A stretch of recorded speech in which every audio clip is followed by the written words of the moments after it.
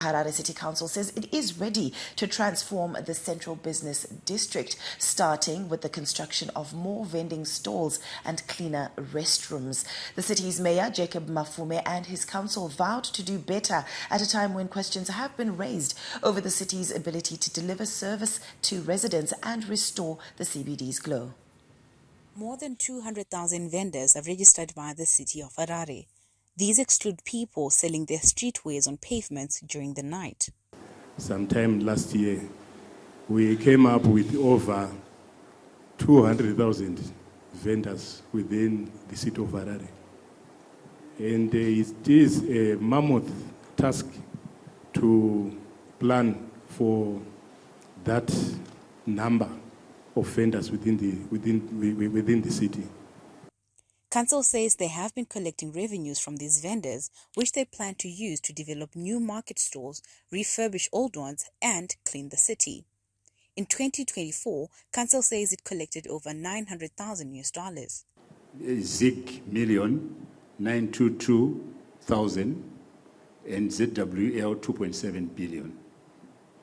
And I must hasten to say, on these billed amounts, our collection efficiency rate hovers around 25%. The council says they are ready to address the vending problem that has been a major issue for years. We've got the plans to go up in other various vending sites that we have, that vending sites and trading sites that we have identified, so that we are able to accommodate this big number of traders that we registered.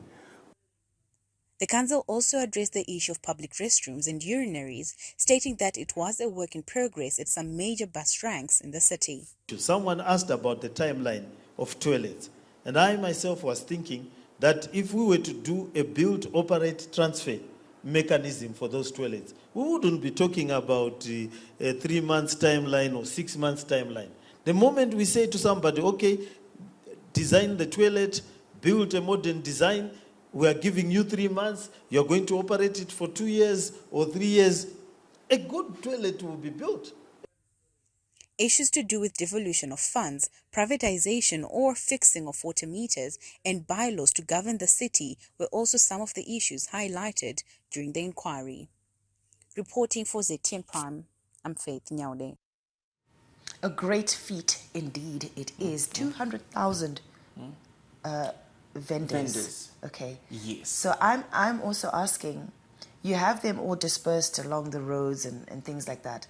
If we build them stalls, say in Africa Unity Square alone, are they going to be happy? Because maybe there's more business down by Joiner City.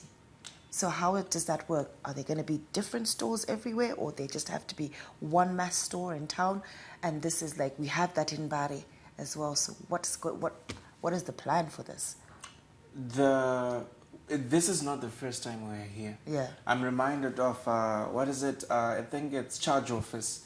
There's a market there. There used to be something there. Mm-hmm. Yeah, right. And while you say are you going to first, where in Harare are you going to accommodate at least 200,000 vendors? Yeah. Where are you going to accommodate such a number? That's number one. Mm-hmm. Number two, even if you find that place, is it convenient and viable for the vendors, for them to thrive in as far as their businesses is concerned?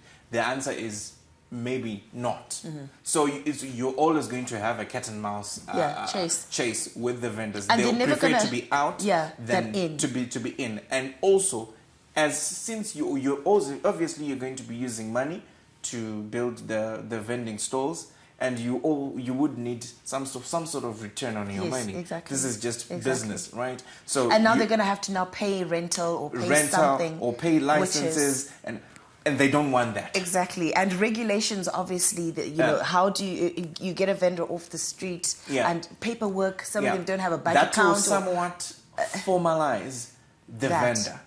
You understand? Yeah. But what is it that the vendor is going to be offered? Yeah. What's the benefit of formalizing? Exactly. If there isn't any benefit why should I? Yeah, they'll just go somewhere else They'll just and go it'll be somewhere the else. same thing. And you can say, okay, we'll chase after them. Well, they have been chasing after them For a long time. For a long now. time. So what's Yes. the difference? Yeah. You understand what I mean? Yeah. So and then yet again, another city council. This is yet another promise. That's upon yet another promise. Not just another promise, but a promise on top of other unfulfilled promises. Yeah. I guess now it needs to be delivery, and stop the promises. Just deliver. I do hope that we're not going to be talking about this as well next year because, as you're saying, promise after promise. And we did hear about toilets, ablution facilities for people. I mean, the state of some of the ablution blocks in town is just appalling. So I do hope that that's going to be in order. Konapo, ipapo.